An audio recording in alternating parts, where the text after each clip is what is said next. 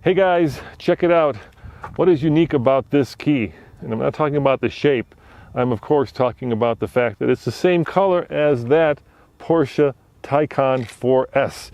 And I just drove that car from Los Angeles all the way to Colorado in 2 days. That's 1,000 miles. So I know a lot about that vehicle. And in this review, we're gonna talk about the styling, we're going to talk about the interior, we're going to talk about all the cool tech that I experienced driving all the way from Los Angeles with Tommy. And at the end of this video, we're going to give you a little sneak peek at that road trip review, where we actually charged 8 times to get it here to Colorado. And there were some really interesting and, well, let's just say interesting moments. And the most interesting one you'll see at the end of this. So let's get to it right away.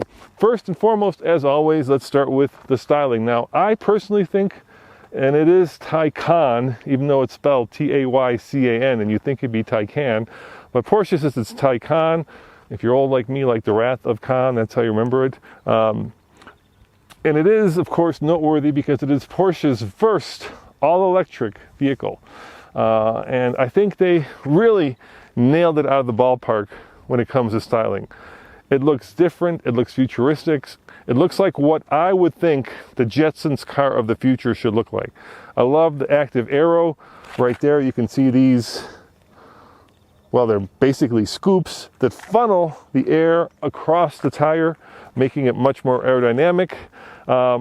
And I suppose we should address the elephant in the room, and that is pricing, because this is not an inexpensive car. There are, I think now, 4 variations of the Taycan. There's a new 2-wheel drive, the rear-wheel drive.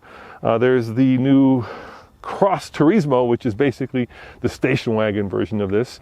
And then there's this one, the 4S. And this one starts at just over $100,000, but because of the way that Porsche does their pricing, it comes out to a little bit more than that. And I'll tell you that when we get inside. So it starts at about 100, but this is more than 100. And by the way, Porsche pricing is interesting. I was talking to some of the guys over at Porsche, and basically when the dealers order them, they order them not at the base level, but usually at 10 and 20,000 above sticker. So a lot of the things that we'll be talking about in this car are options that you don't get if you just get the base car.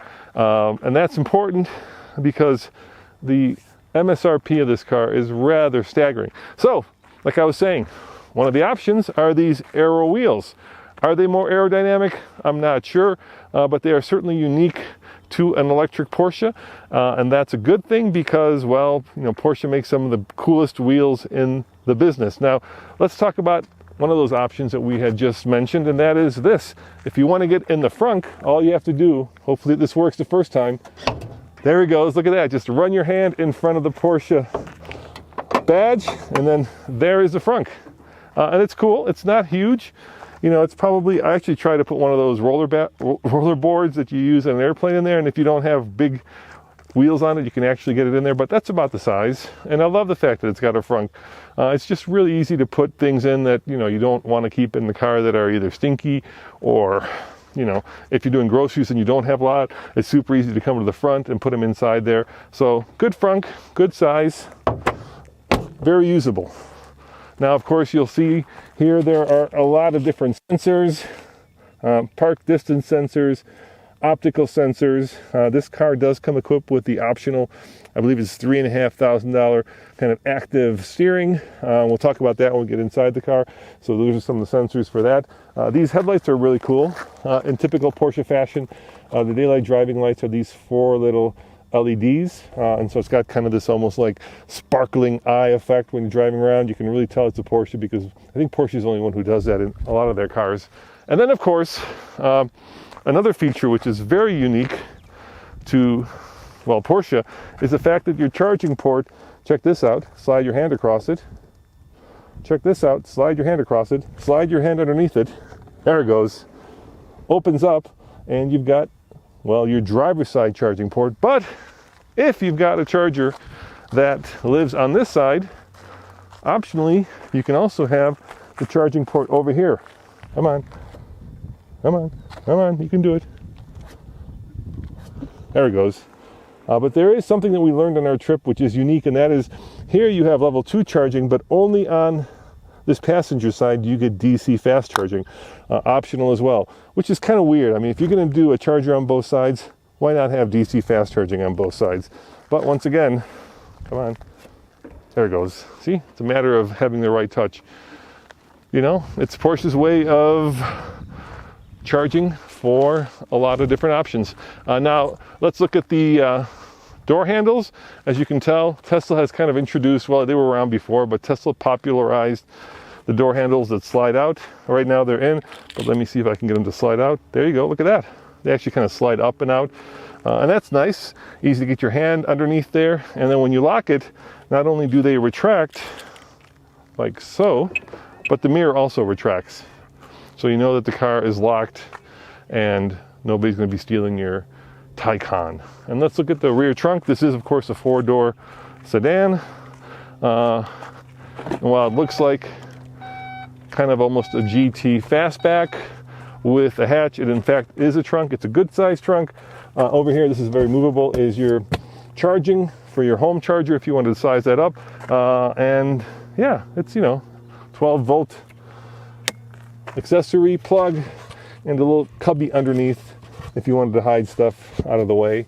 And then, of course, because it's a luxury car and, you know, God forbid you'd have to actually close it manually, you can actually pick one of these two buttons, either lock it or just close it electrically.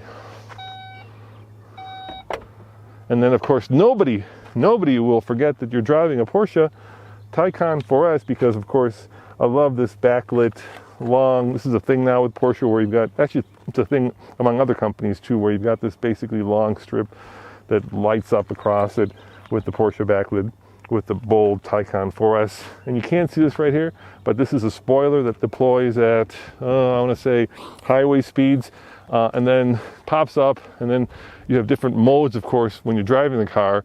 And normal, it kind of pops up. You unfortunately can't see it through the rearview mirror, which is cool, but you can. I guess other drivers get to see it. But there's also a range mode where it makes it a little bit more aerodynamic. So instead of providing more downforce, it kind of straightens itself out and is there not to create more drag, but to create less drag. Pretty cool, very Porsche-like. And if you're on the highway and you see one of these, you know, with the spoiler up, you know that the guy is not doing 15 miles an hour, or gal. All right, let's hop inside the car and let's take a look at the interior.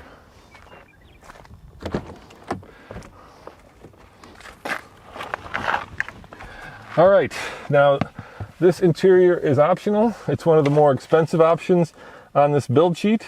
It's called the Olia Club Leather Interior in Truffle Brown is a $6,500 option. The car starts at $103,800, and the interior is, let's see here, the second most expensive option. The first most expensive option is the performance battery, which gives you, you know, top speed on the Autobahn of 155, electronically controlled, and a 0 to 60 time of about 3.5 seconds. Like I said, if you got the 4S Turbo, well, if you got the Turbo S, then you'd be looking at, you know, in the 2-second range-ish, 2.20 to 60 here, we're in the 3.5 second range. And that's partly because we've got the bigger 93.4 kilowatt hour battery.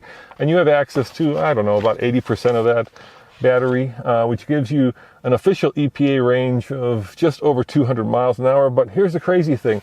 We have found after owning now 3 Teslas, so we have had a Model 3, a Model X, and now we have a Model Y, that Tesla is notoriously for overrating the range on the EPA, which is weird, but usually if the car says it'll do like 300 miles on a charge, which is what ours is rated at, we've got the Model Y Performance, it's more like, oh, I don't know, 260, 250-ish, depending on real-time use, depending on the time of year. And Porsche is notoriously for underrating their cars. So even though I think the official EPA number on this is like 203 miles, we were easily getting 230, 240 miles on a charge. So that's good. So you get kind of, you know, typical overperform but under-promise situation. Come on in, Matt. Make yourself comfortable and let's kind of give them a tour of the interior. Oh, and I did promise you the overall price. So when you add in all the, you know, all of these options, like for instance, well, the mobile charger connect, that's, I think the other side, that's a $1,200 option. The other more expensive option is the 20-inch Aero Sport wheels that we had shown you. But when it's all said and done, you're at $144,980, or basically $145,000. So yeah, it's, that's a lot of money. And it's especially a lot of money when you consider that the new Tesla Model S Plaid, which just came out, is priced at about $130,000.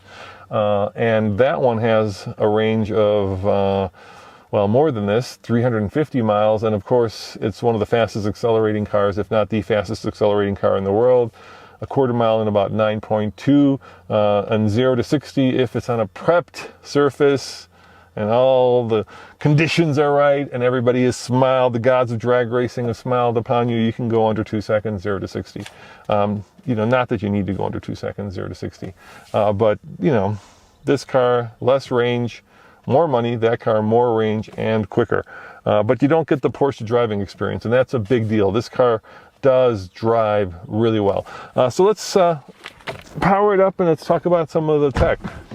So here we go. Once again, the power button is typically on the left side, just like, Porsches of all. So when you're doing that Le Mans start, you can just jump in and hit that power button on the left side and rock good away. But we have, let me turn this down a little bit so we don't have too much air blowing in here. We have 1, 2, 3, 4 screens, and by the way, that passenger screen is optional. And having 4 screens has its upsides and has its downsides. The upside is it is incredibly customizable. So for instance, if you want your radio stations over there, or if you want your navigation over here, you can switch those two around. You've got 3 basic round controls, which kind of echoes the typical Porsche layout, where in the center you would have the RPM meter. We don't have that now, but we do have a speedometer and a power usage meter. We also have very configurable 3 little round gauges here, so you can move these things around. It's a lot. It's a lot. And at its best, you can set this car up exactly the way you want it, and get, hopefully, if you own it, very familiar with it. At worst, it's a little finicky and a little fussy. So for instance, this pad right here is a touch pad, which lets you control what's going on up here. But you can also just do it by touching here. So it's a little redundant. So I'm not sure why you need a touch pad when you can just do, the touching of the screen.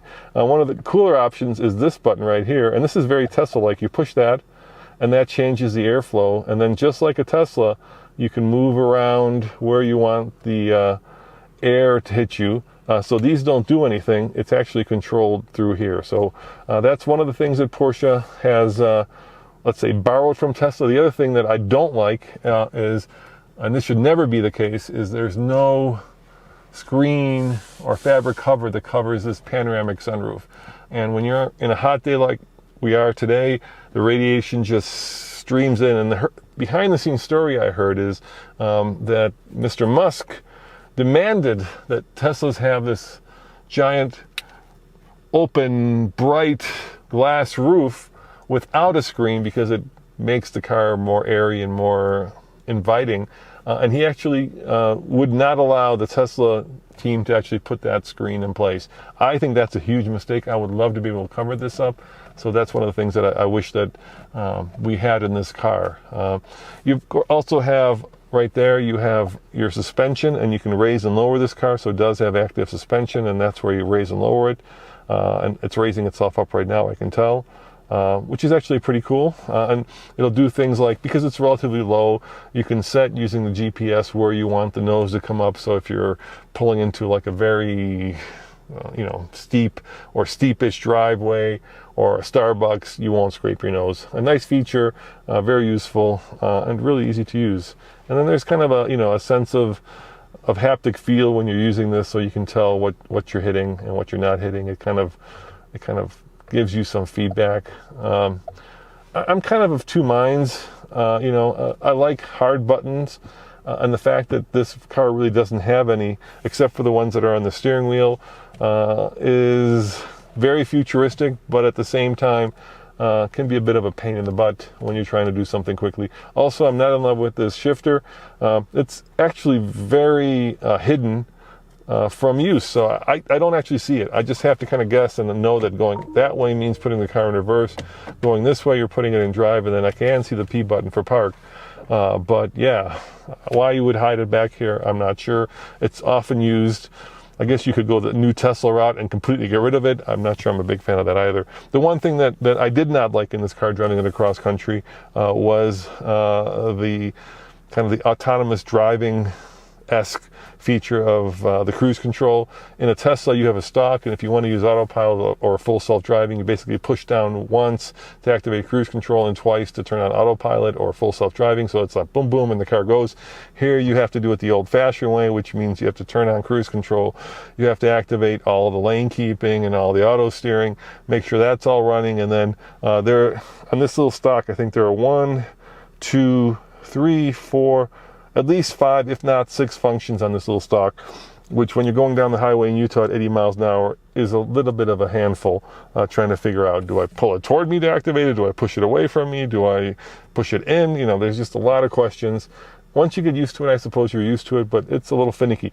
Now, having driven every Tesla, actually I have driven every Tesla that's available right now, even the Roadster, Porsche just builds a much better car.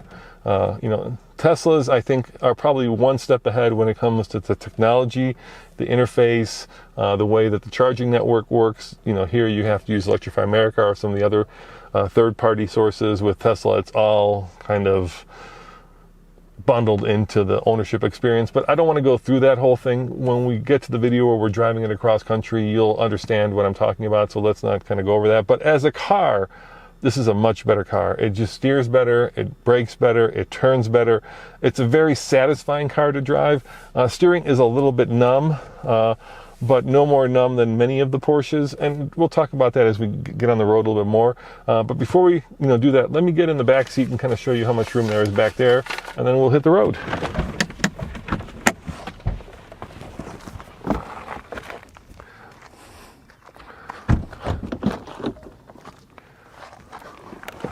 So I've got this freakish body where my legs are really long and my torso is really short. And you can tell that because I can't get in the back seat here.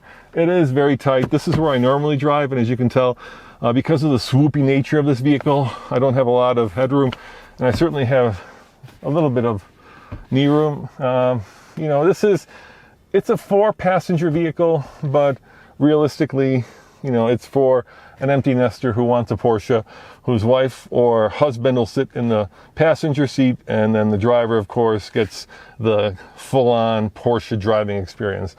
You can fit people back here, but it's not easy to get in. It's not something I would want to put my mom into. She's getting up there in age, and it'd be very tough. You do have 4-zone climate control, plus you also get heated seats back here, plus you probably can't see it, but you have your USB ports right there for charging. And of course, you have a cup holder and an armrest. So tight back here, usable, yes. Would you want to spend a lot of time back here? Probably not. It helps that the seats are kind of scalloped, that gives you a little bit more room, but yeah, it's a little tricky.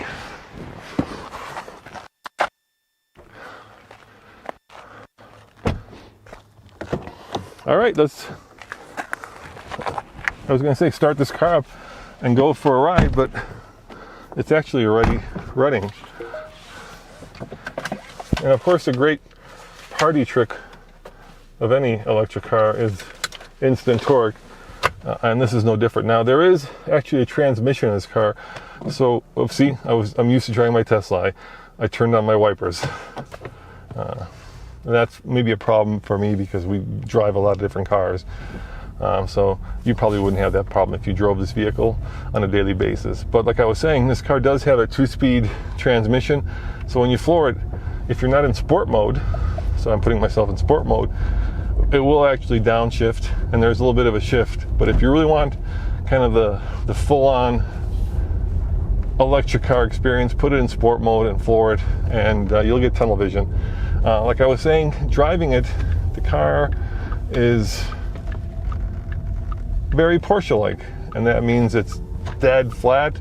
It goes around a curve, like, I'm going to use a cliche here, like it's on rails.